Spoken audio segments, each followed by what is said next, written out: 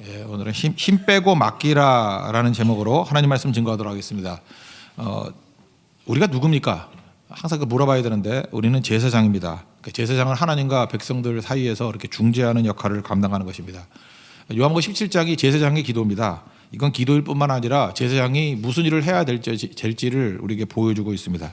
세 가지 기도인데 자기 자신을 위한 기도, 제자들을 위한 기도, 또 믿지 않는 불신자들을 위한 기도. 제사장은 이 세 가지에 초점을 맞춰서 기도하고 또 힘써야 된다라는 것입니다.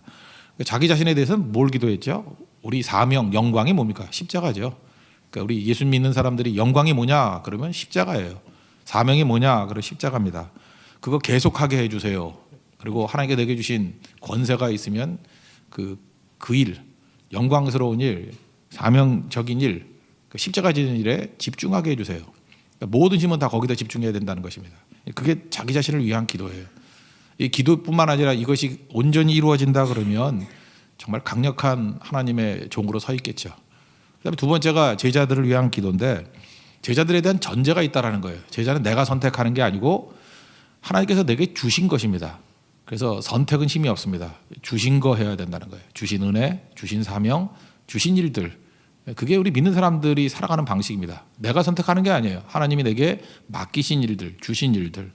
그러니까 내게 주신 모든 것들은 상태가 좋든 좋지 않든 간에 사랑해야겠죠. 그러니까 내게 주신 모든 것들을 그냥 무조건 사랑하는 겁니다. 사랑하고 그리고 그 연약한 사람들을 어디로 이끌어야 되느냐? 기준이 하나님이거든요. 하나님과 튜닝과 하나님과 이렇게 튜닝하게 만드는 거, 조율하게 만드는 거. 그러면 나타나는 현상이 하나됨이 있겠죠. 하나님과 조율하는 대표적인 게 예배니까. 예배는 60만 명이 있다 할지라도 예배드리면 하나가 되어서 이렇게 가볍게 움직일 수 있다 그랬죠. 그러니까 제자 훈련의 핵심이 뭐냐? 그 하나님과 이렇게 튜닝하는 거예요. 하나님을 기준으로 맞추는 것. 오늘 그 다음 얘기입니다. 그 다음에 너무 내용이 많기 때문에 또 하나는 이제 뭐냐면은 기쁨으로 일하게 하라는 것입니다. 제자들을 이렇게 키울 때 기쁨으로 일하게 만드는 거 이게 필요하다는 것입니다. 13절을 보시면 내가 아버지께로 가오니 내가 세상에서 이 말을 하옵는 것은 그들로 내 기쁨을 그들 안에 충만히 가지게 하려 함이니이다. 그러니까 제자들을 기쁨으로 일하게 만들어야 된다는 것입니다. 그 다음 절을 보면 세상에서 미움을 받는데요. 그래도 기쁨으로 일해야 된다는 것입니다. 박해 중에도 기쁨으로 일하라. 기쁨으로 살라. 이게 되게 중요한 거죠. 그래서 내가 진짜 믿음인지 아닌지를 알 수 있는 그 시금석이 뭐냐? 기쁨입니다. 우리가 지금 신앙생활 하잖아요. 우리 다 제자 아닙니까? 믿는 제자들인데 이 제자들이 살아가면서 내 신앙에 위기가 왔는지 안 왔는지를 두 종류 사람이 있는 것 같아요. 내 마음속에 기쁨이 있는지 없는지를 통해서 빨리 캐치하는 사람. 이게 이제 지혜로운 사람이죠. 근데 어떤 사람은 이제 고난이 와서 실패하고 난 다음에 이게 잘못됐구나. 그때 가서 깨달아요. 그러니까 고난을 통해서 깨닫는 사람이 있는 반면에 어떤 사람은 마음속에서 기쁨이 사라지는 것을 위기라고 느끼면서 발버둥 치게 될 때 그게 올바른 제자의 자세겠죠. 그 스펄처 목사님이 그랬다 그러잖아요. 이제 훌쩍훌쩍 울고 있는데 사모님이 왜 우냐 그랬더니 오늘은 십자가를 묵상함에도 불구하고 이렇게 기쁨이 없어. 그래서 운다는 거예요. 그러니까 십자가를 바라보면서 이렇게 감격 있고 그랬는데 그거 없다고 울고 계신 분이 얼마나 영적으로 예민하신 분이겠어요. 뭐 다른 거 갖고 넘어지겠습니까? 그러니까 우리가 사역을 할 때 언제가 위기냐면 저 같은 목회자도 그래요. 이게 기쁨이 없는 거예요. 뭐 죽어라 일을 하는데 뭐 성실하게 일을 하는데 기쁨이 없어요. 그럼 반드시 위기입니다. 그때 죄가 틈타게 되고 넘어지게 된다는 거예요. 그러면 기쁨이 있기 위해서 우리가 해야 될 일이 뭐죠? 그런 방법 중에 하나가 그 빌립보서에 나오거든요. 빌립보서가 기쁨의 서신이잖아요. 3장 2절에 보니까 거기 기쁨을 찾는 방법이 세 가지가 나오는데 한번 읽어드릴게요. 개들을 삼가고 행악하는 자들을 삼가고 몸을 상해하는 일을 삼가라. 하나님의 성령으로 봉사하고 그리스도 예수를 자랑하고 육체를 신뢰하지 아니하는 우리가 할례파다. 여기 보면 세 가지거든요. 첫째는 개들을 삼가라. 이건 바리새인이에요. 외식주의자들. 그러니까 계속 강조하는 게 뭐예요? 외식하면은 기쁨이 다 사라져요. 그러니까 외식의 초점이 어디에 있어요? 사람 눈 의식하고 그죠? 사람들이 나를 어떻게 하느냐. 교회에서도 보면요, 이렇게 상태 안 좋은 사람들 보면 맨날 남 의식해요. 그죠? 뭐 교회 갔더니 누가 내 말 했다느니, 뭐 나를 이상하게 깔아봤다느니, 뭐 날 무시했다느니. 그러니까 온통 하나님 만날 생각은 안 하고요, 그냥 사람 눈. 어제도 우리가 그 가난한 과부 얘기했잖아요. 그 위에 보면 서기관이 나오는데 서기관은 맨날 긴 옷 입고 길게 기도하고 그 시장에서 기도하고 왜 그래? 왜 그런 미친 짓 해요? 사람 보려고 가짜라는 거죠. 근데 가난한 과부는 어떻습니까? 오직 하나님 앞에서 예배드리잖아요. 그러니까 그럼 기쁨이 없다라는 거예요. 서기관이 기뻐 보여요? 하나도 기뻐 보이지 않죠. 그러니까 우리가 기쁨을 잃어간 이유가 뭐냐면 이 진실을 잃었기 때문에 그래요. 하나님 앞에 서지 아니하고 코람데오의 인생이 아니고 잠깐 사람들 이렇게 의식하다 보니까 문제가 되는구나. 그때는 빨리 나 자신을 회개하고 주님 앞에 서기를 원합니다. 그러니까 주님 앞에 가까이 주께로 가오니 세상과 나는 간곳 없고 오직 구속한 주만 보이도다. 그러면 기쁨이 회복이 돼요. 또 하나는 뭐죠? 하나님의 성령으로 봉사하며 그러는데 이 봉사라는 단어가 두 가지를 해석할 수 있어요. 이러면 서비스라는 단어가 이게 봉사도 되지만 예배도 되죠. 헬라어를 보면 이게 예배로 번역한 데가 더 많아요. NLT 같은 데 예배로 번역했거든요. 그러니까 하나님의 성령으로 예배할 때 예배의 회복이 있을 때 막 기쁨이 넘쳐난다는 거예요. 잘 보면 상태가 안 좋은 사람들 보면 예배가 소홀히 돼요. 점점 멀리 가고. 어떤 사람이 그러잖아요. 무슨 새로운 일을 했는데 잠깐 예배를 멀리해. 그럼 그거 영적 상태가 안 좋은 거예요. 어떤 사람이 남자 여자가 교제를 해. 뭐 그럴 수 있죠. 뭐 교회 안에서 교제할 수도 있지. 근데 저는 좀 망할 놈들이네. 그럴 때 특징이 뭐냐면 예배를 소홀히 해. 그럼 그 남자가 사탄이든 여자가 사탄이든 둘 다 사탄이든지 하여튼간에 그래요. 그죠? 이게 좀 문제가 되는 거 아니에요. 그러니까 둘이 교제를 하면 믿는 사람이 교제라 그러면 그 예배를 소홀히 하던 사람도 더 뜨겁게 오는 사람이 있거든요. 어떤 커플은 그래요. 이게 나이롱들이었는데 갑자기 교제하고 난 다음에 열심히 예배 나오고 새벽 기도하고 지금 뭐 멋진 가정들 이루게 되는 것 같아요. 그러니까 뭘 보면 하느냐 하면은 예배 보면 하는 거예요. 예배를 통해서 기쁨이 회복이 된다니까요. 기쁨 회복이 안 되니까 뭐 결국 지옥 되겠죠, 둘이. 그러니까 성령으로 예배드리고 그리고 그리스도 예수를 자랑한다고. 이게 성교겠죠. 예수님 증거하고 자랑하고 그 기쁨이 넘쳐나는 거예요. 가끔마다 우리 보면은 그 성교 중독같이 보이는 분들 있지 않습니까? 뭐 이렇게 성교 막 열심히 가려고 그러고 좀 과도하게 가려고 그러고 그러는 분들 제가 상담을 해봤어요. 왜 그러십니까? 그랬더니 자기 삶에 너무너무 슬픔이 많대요. 슬픔이 많고 막 밀려오는 것들이 너무 많아가지고 근데 가가지고 마음껏 예수님 증거하고 성교하고 할 때 거기 예배드리고 할 때 그 기쁨의 힘 가지고 나머지 인생을 살겠다고. 내가 더 얘기 안 했어요.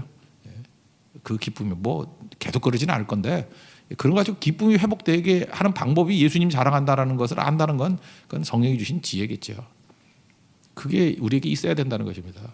그러니까 지금 예수님께서 제자들을 위해서 기도하는 게 뭐예요? 하나님 제자들이 박해도 있고 어려움도 있지만 기쁨 없이 하는 건 아닙니다. 하나님 항상 기쁨 가지고 일할 수 있도록 도와주십시오.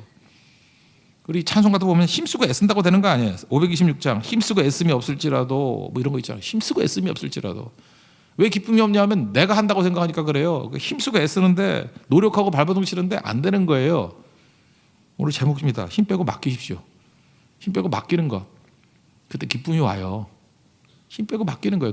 결국은 그 사람 눈 안 보고 주님 바라보고 예배드리고 예수님 자랑하면 다 주님께 맡기는 거 아니에요?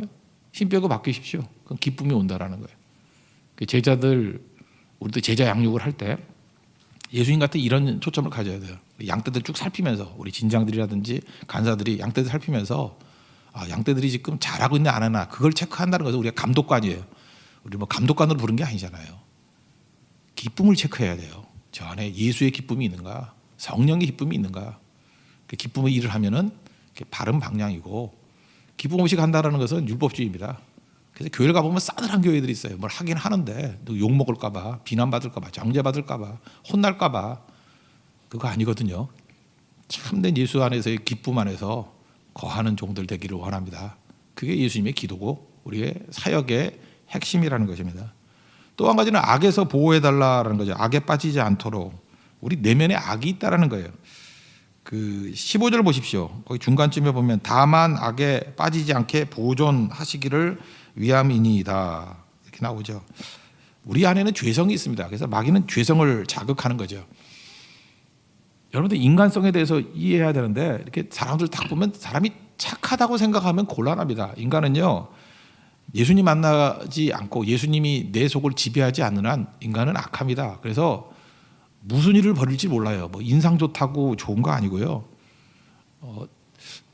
제가 되게 친하다고 생각을 했고 참 저렇게 성령 안에서 살아가는 사람도 없을 거야라고 말하는 믿음이 되게 좋았던 분이 있거든요.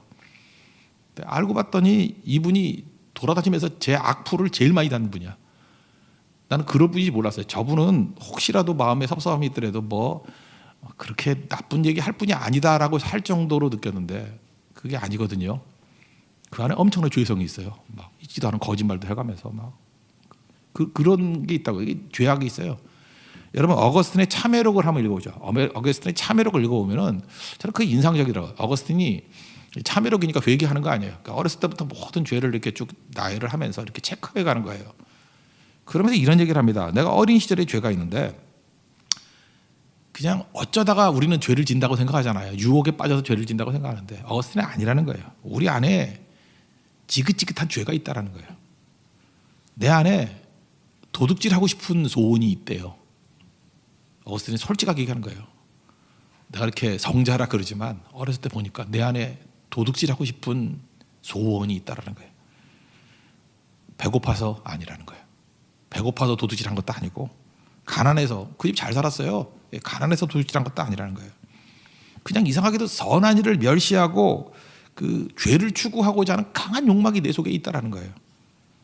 그래서 배나무 흔들어 가지고 배 이렇게 도둑질 해가지고 자기 부자니까 돼지한테 던졌대요.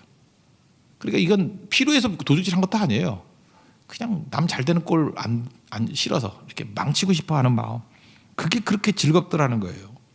그러면서 그렇게 얘기합니다. 자기가 회고해 보니까 내가 사랑하고 추구하던 죄가 있다라는 거예요. 인간은 죄를 사랑합니다. 인간은 죄를 즐거워하고요. 죄를 추구하고 있습니다. 그래서 우리 인간은 죄악 자체고 부끄러움 자체다라고 하는 고백이 나와요. 여러분 이렇게 쭉 보면은 그러잖아요. 뭐 정상적인 사람이 저런 짓을 할 수 있을까? 예, 할 수 있습니다. 인간은 그래요. 저 사람 나하고 아무 관계도 없는데 뭐 나한테 이렇게 해코지 할 수 있을까? 그 사람이 바라볼 때 뭐 이렇게 수틀리는 게 있고 그러면 숨어서 얼마든지 할 수 있는 게 인간이에요. 그게 남 얘기인지 아십니까? 내가 그래, 내가. 우리 안에 죄가 있어요. 그래서 사람 믿으면 안 돼요. 믿을 것도 아니지만 사람은요 시한폭탄이에요. 웃는다고 웃음이 아니고 웃으면서 배신하는 겁니다. 가론유다 보십시오. 키스하면서 배신하잖아요. 몰라요. 다 측근에게 죽는 거 아니에요. 가까운 사람에게 죽는 거. 몰라요 인간. 인간은 죄 덩어리라고요. 누가 죄를 좋아하겠냐 그러죠. 인간 죄 되게 좋아합니다. 그 예수 없는 인생은요 죄를 좋아합니다. 예를 들어 볼까요? 불구경. 불나서 어떻게 안타까워하지만 강 건너 불 구경하는 사람 많아요.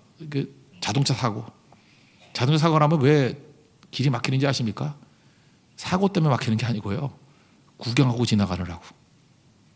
그래서 속도가 느려지는 거예요. 뭐 16차선이라도 사고 한 대 나면요 느리는 거예요. 인간이 그래요. 그거 즐기고 있어요. 전쟁 구경. 우리 약간 그러지 않았어요? 이라크 전쟁할 때 미국이 그 컴퓨터 게임 같이 있잖아요, 그죠? 막 박살내고 하니까 그걸 즐겨요.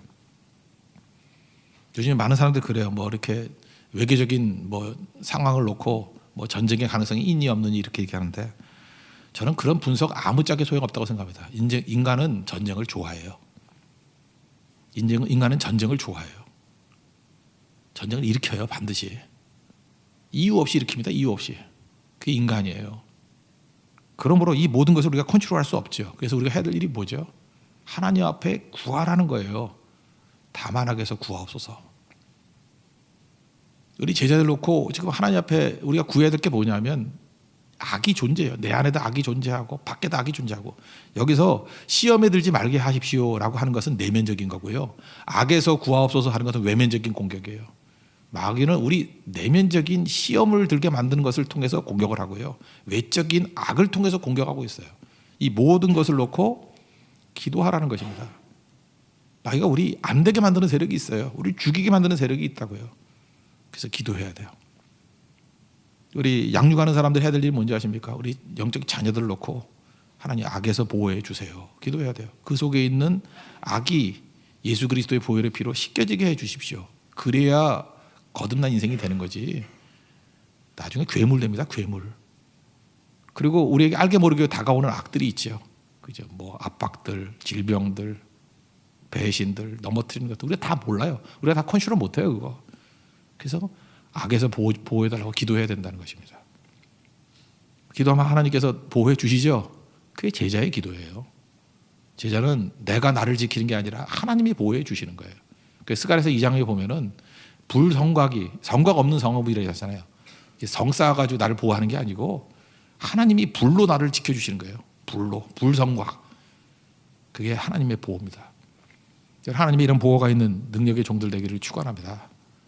그리고 하나 더 얘기한다면 진리로 거룩하게 해달라. 거룩이 뭐라 그랬어요? 거룩. 다르다라는 거예요. 다르다. 구별됐다. 근데 어떻게 다르냐 하면은 진리로. 진리가 뭐예요? 하나님 말씀이죠. 그 17절 보십시오. 그들을 진리로 거룩하게 하옵소서. 아버지의 말씀은 진리입니다. 그러니까 기준이라는 거, 기준이 하나님 말씀이면 우리가 거룩해지는 거죠. 그죠? 그 19절에 나오잖아요. 진리로 거룩함을 얻게 하려 함이니라. 그러니까 똑같은 얘기예요. 우리가 뭐라 그랬죠? 그 제자 훈련의 내용이 뭐라 그랬어요? 하나님께 튜닝하는 거라고. 그러니까 하나님께 튜닝하는 게 뭐예요? 그게 거룩이죠. 기준이 하나님 말씀이라는 것입니다. 똑같은 얘기. 초지일관 하나님이 기준이 되는 인생, 그게 제자라는 거예요. 제자가 누구냐 그러면 하나님과 조율하는 인생. 피아노 100대 조율하는 방법 한 대를 기준으로 맞추는 거죠. 그 한 대가 뭐예요? 그게 하나님이라고요. 그 한 대가 뭐예요? 그게 말씀이라고요. 그게 거룩이에요. 그래서 우리가 거룩한 인생을 산다는 거 뭐예요? 거룩이 뭐예요? 뭐 말 천천히 하고 할렐루야 이렇게 거룩이에요? 뭐 성경책 들고 다니기 거룩이에요? 그게 거룩이 아니고요. 기준이 있는 생이 거룩이에요. 기준이 하나님 말씀이니까 다르죠. 사람들하고 다르게 살잖아요. 세상 사람들은 자기가 기준이잖아요. 포스트 모더니즘이 뭐예요? 너는 너 좋은 거 하고 나는 나 좋은 거 할게. 서로 간섭하지 말자. 그게 포스트 모더니즘 아니에요? 그게 사사기 21장 25절에 나오는 얘기 아니에요? 각기 자기 소견에 좋은 대로. 이 포스트 모더니즘 뭐 새로운 게 아닙니다. 사사기로 돌아가자 그 얘기예요. 사사기 시대예요. 지 멋대로 자기 주장대로 그 백가쟁명 그런 거죠. 지 좋은 대로 떠들고. 근데 우리는 달라요. 우리 모든 성도들은요 60만이 모여도 똑같아요. 왜요? 기준이 하나님 말씀이기 때문에. 그게 거룩이에요. 그래서 진리로 거룩하게 하옵소서. 혹시 여러분들 지금 망가졌다고 생각하시는 분들 있습니까? 오늘도 새벽기도 이렇게 망가졌다 그래서 나오시는 분들 있잖아요. 와, 내 인생 망가지고 우리 가정 지금 망가지고 있어. 뭐 어차피 지금 아니래도 여러분들 시험이 있기 때문에 망가질 거예요. 곧. 그렇게 될 거예요. 그럴 때 꼭 명심하십시오. 이 망가지는 인생에서 회복되는 길은 어디 있느냐? 기준되는 하나님께로 돌아가는 거. 기준되는 말씀으로 돌아가는 거예요. 말씀 저버려서 내 뜻대로 하다가 망했잖아요. 지금 망하지 않은 분들은 끝까지 붙들고요. 그러니까 살 길은 딱 하나입니다. 기준되는 하나님께로 돌아오는 거예요. 십자가로 돌아오는 거예요. 그러면 살아난다는 것입니다. 책 같은 거 한번 보세요. 책을 보면은 10년 전에 쓴 책만 해도 쓰레기 같은 책들이 되게 많아요. 그런데 어거스틴의 책, 4세기, 뭐 존 오웬의 책, 종교개혁대, 뭐 칼빈의 책, 이런 거 제가 요즘에도 읽거든요. 읽어도 가치가 있어요. 왜 이렇게 1500년 전 책, 400년 전 책 이런 게 왜 가치가 있죠? 기준이 하나님이기 때문에 그래요. 기준이 말씀이기 때문에 그래요. 그러면 현대적이에요. 저는 이런 생각이 들어요. 오늘 했던 설교를 이게 녹음해가지고 100년 이후에 들린다 할지라도 동일하게 신선함과 새로움이 있다 그러는 거. 그건 기준이 하나님 말씀이면 100년 이후에 후손이 들어도 똑같이 변화될 수 있는 생명의 말씀이고 100년 전에는 저는 코미디 했다라고 하는 얘기라 그러면 그건 다 가짜라는 거예요. 제자는 말씀이 기준이고 하나님이 기준이 인생을 살아가는 겁니다. 그게 거룩이에요. 우리 거룩한 백성들이죠. 왕 같은 제사장이요. 그의 소유된 백성이요. 거룩한 나라, 거룩한 백성이야. 우리 거룩한 백성. 우리 거룩한 백성입니다. 거룩이 뭐예요? 하나님이 기준인 백성이에요. 말씀이 기준인 백성이에요. 구별된 백성이에요. 다른 백성이에요. 그런 능력이 임하길 바랍니다. 그래서 오늘 우리가 제자들입니다. 꼭 이거 붙드십시오. 힘쓰고 애쓴다고 되는 게 아니라 주님께 맡기고 의지하면 기쁨이 임합니다. 그래서 기쁨이 시금석이에요. 내 상태를 기쁨으로 확인할 줄 알고, 그죠? 기쁨 가운데 거할 수 있는 우리 하나님의 종 되기를 바라고 끝까지 우리 주님 보호 속에서 내 속에 있는 시험에서 이기고 악으로부터 보호해 달라고 기도하는 그런 종 되기를 바랍니다. 그리고 똑같은 얘기입니다. 이건 뭐 메시지라기보다도 시작과 마지막이에요. 수미상관의 법칙이죠. 시작과 마지막이 기준이 하나님이다. Tune with God, 하나님과 조율하고 인생을 살라.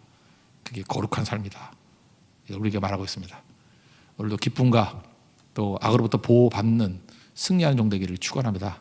자리에서 일어나겠습니다. 526장 찬송하겠습니다.